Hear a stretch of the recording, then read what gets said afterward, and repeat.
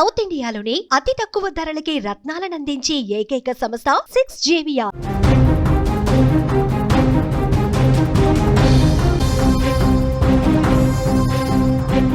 మెదక్ జిల్లాలో పాశవిక ఘటన. ప్రియుడి మోజులో కన్న బిడ్డను హత్య చేసింది ఓ కసాయి తల్లి. 2 ఏళ్ల చిన్నారిని దుర్మార్గులు చంపేశారు. కన్న బిడ్డను చంపి ప్రియుడితో పరారైపోయింది. 3 నెలల తర్వాత ఈ దారుణం వెలుగులోకి వచ్చింది. భర్త ఫిర్యాదుతో ఈ రహస్యం బయటపడింది. మృతదేహాన్ని పోలీసులు వెలికి తీస్తున్నారు. ఇటీవలి కాలంలో అక్రమ సంబంధాలు పూర్తిగా భార్యాభర్తల బంధాలని మసకబారుస్తోంది, పూర్తిగా తెంచేస్తోంది. అంతేకాదు కన్న బిడ్డలని కడతేర్చేంతటి కఠినమైన మనస్తత్వానికి దారితీస్తున్న పరిస్థితుంది. క్షణికావేశంలో చేసే తప్పులు జీవితాల్ని నాశనం చేస్తోంది.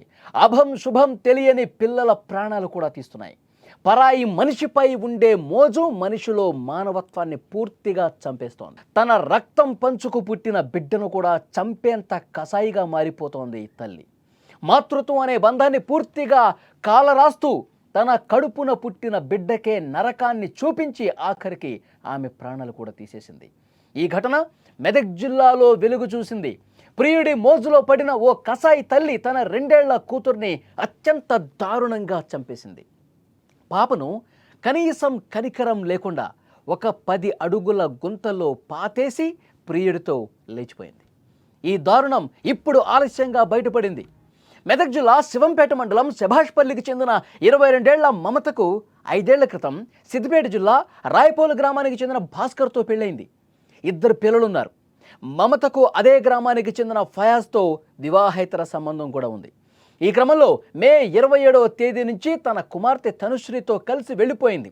తన భార్య 2 ఏళ్ల కుమార్తె కనిపించడం లేదు అంటూ ఆమె భర్త భాస్కర్ పోలీసులకి కంప్లైంట్ ఇస్తే పోలీసులు విచారణ చేస్తే అప్పుడు ఈ విషయాలన్నీ బయటకు వచ్చినాయి. భర్త ఫిర్యాదుతో దర్యాప్తు వేగం చేశారు పోలీసులు. మమత తనుశ్రీ ఆచూకీ కోసం గాలింపు చేపట్టారు. ఈ క్రమంలో వారి ఫోన్ సిగ్నల్ ఆధారంగా గుంటూరులో మమత ఫయాజ్ని గుర్తించారు పోలీసులు. వాళ్ళని అదుపులోకి తీసుకుని 2 ఏళ్ల కుమార్తె గురించి ఆరా తీస్తే మొత్తం విషయం బయటపడింది. నిజాలు మొత్తం కక్కేశారు. తమ బంధానికి అడ్డుగా ఉందని తనుశ్రీని తామే హత్య చేసి శభాష్పల్లి శివారులో పాతి పెట్టామని చెప్పారు. మమతను శివంపల్లికి తీసుకొచ్చి ఆమెను ఎక్కడైతే చంపేశారో ఎక్కడైతే పాతి పెట్టారో ఆ ప్రదేశాన్ని చూపించారు. అక్కడ తవ్వగా కుళ్ళిన స్థితిలో చిన్నారి మృతదేహం దొరికింది. దీంతో నిందితులు 2ని కూడా అదుపులోకి తీసుకొని విచారిస్తూ ఉన్నారు. ఇటీవల కాలంలో అన్ని బంధాలండి, ఒకటి కాదు పలానా బంధం అని కాదు, ప్రతి బంధం కూడా పూర్తిగా మానవ సంబంధాలు మృగ్యమైపోతూ ఉన్నాయి, కనుమరుగైపోతున్నాయి. అక్రమ సంబంధాల మోజులో పడి భర్తల్ని చంపేసేవాళ్ళు కొందరైతే, కడుపున పుట్టిన పిల్లల్ని పొట్టన పెట్టుకునే వాళ్ళు ఇంకొందరు. సమాజంలో మనుషులు ఇంత నీచంగా తయారయ్యారా, ఇంత దిగజారిపోయారా, కనీసం విలువలు కూడా లేకుండా ఇంత దారుణంగా ప్రవర్తిస్తున్నారా అనే విధంగా ఘటనలు జరుగుతున్నాయి. అభం శుభం తెలియని 2 ఏళ్ల కూతురండి, 2 సంవత్సరాలు అంత చిన్న పాపని తనకు పుట్టినటువంటి ఆ తల్లే అంత దారుణంగా చంపేస్తుందంటే ఎలా అర్థం చేసుకోవాలి?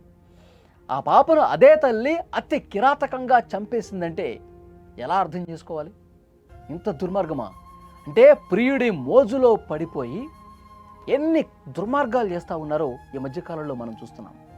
ఈ కేసు గురించి ఒక్కసారి మనం మాట్లాడుకుంటే శివంపేట మండలం, మెదక్ జిల్లా శివంపేట మండలంలో శభాష్పల్లి 5 సంవత్సరాలైంది మీకు పెళ్ళయి భర్త భాస్కర్తో కలిసి ఉంటున్న క్రమంలో 2 పిల్లలండి. చరణ్ అనే ఒక అబ్బాయి ఫస్ట్, తర్వాత 2 ఏళ్ల పాప.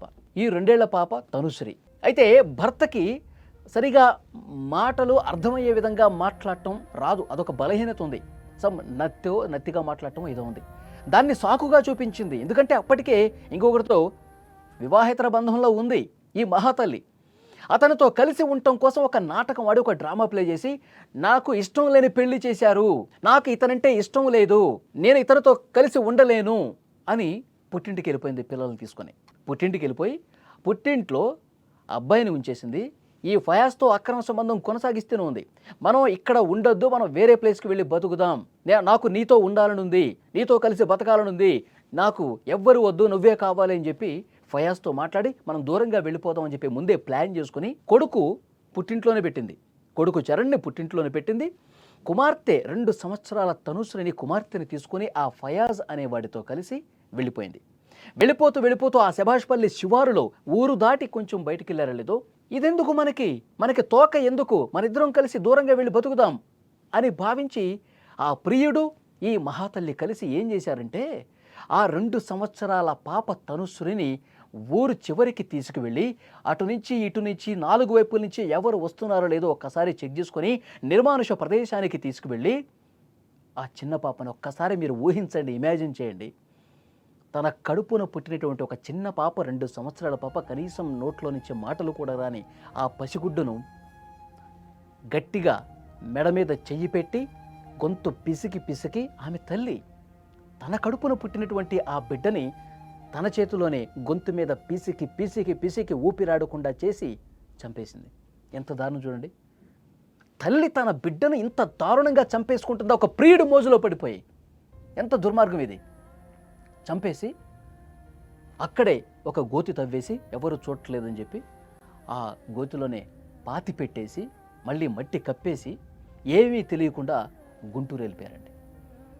గుంటూరుకు పోయి ఎక్కడ మనం ఉండొద్దో గుంటూరు పోయి మనం హ్యాపీగా సరసాలు సల్లపాల్లో మనం మునిగి తేలిపోవచ్చు, మన కోరికలు మనం హ్యాపీగా ఉండిపోవచ్చు అనుకుని ఆ ఫయాజ్తో కలిసి ఈ కిరాతక తల్లి గుంటూరుకు పోయి అక్కడ ఉంటుంది. భర్తకు అర్థం కాల, ఉంటే ఇక్కడ ఉండాలి, సరే నేను ఇష్టం లేదని చెప్తే అక్కడ ఉండాలి, వాళ్ళ తల్లి ఇంట్లో ఉండాలి, వాళ్ళ పుట్టింట్లో ఉండాలి, ఎక్కడ లేదు, చిన్న పాప కనిపించట్లేదు. అది అతని ఆందోళన. భర్త వెంటనే పోలీసులకు కంప్లైంట్ చేస్తే పోలీసులు ఇన్వెస్టిగేషన్ స్టార్ట్ చేస్తే వాళ్ళ కాల్ రికార్డ్ ఆధారంగా, సిగ్నల్స్ ఆధారంగా వీళ్ళు గుంటూరులో ఉన్నారని తెలుసుకుని అక్కడికి వెళ్ళి విచారిస్తే అక్కడ ఫయాజ్ అనేవాడు ఈమె ఇద్దరు ఉన్నారు. ఆమె లేదు, చిన్న పాప లేదు.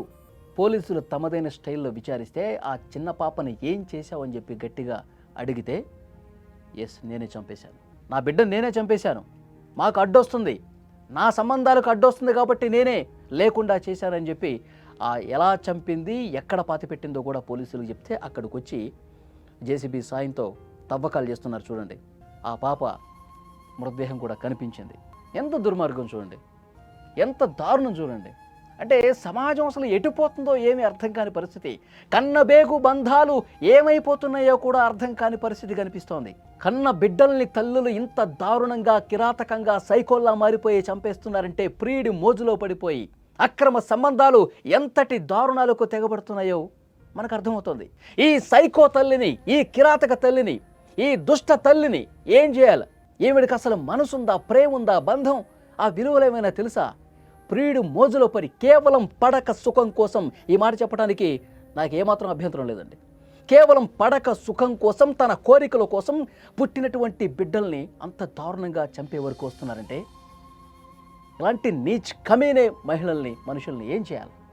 వీళ్ళని ఏం చేస్తే కరెక్టు? ఎందుకు ఈ విధంగా తయారైపోతున్నారు మనుషులు? ఈ వీడియో చూస్తున్న ప్రతి ఒక్కరు కూడా స్పందించండి. ఆవిడ్ని ఏం చేస్తే కరెక్ట్? వాళ్ళ బంధువులు చెప్తా ఉన్నారు, నడి రోడ్డు మీద ఉరి తీయాలి, చంపాలి. ఇలాంటి ఘటనలు జరిగినప్పుడు బంధువులు, వాళ్ళకి తెలిసిన వాళ్ళు ఇదే మాట చెప్తా ఉంటారు. మీరు చెప్పండి, ఈమెకి ఎలాంటి శిక్ష వేయాలి చెప్పండి. చిన్న పాపని, 2 సంవత్సరాల పాపని, కనీసం నోట్లో నుంచి మాటలు కూడా రాని ఆ అభం శుభం తెలియని ఆ పాపని, ఆ బంగారు తల్లిని తమ చేతులతోనే, పుట్టినటువంటి ఆ చేతులతోనే అంత దారుణంగా చంపేశారంటే ఏం చేస్తే కరెక్ట్ చెప్పండి? దయచేసి మీరు కామెంట్ రూపంలో తెలియజేయండి.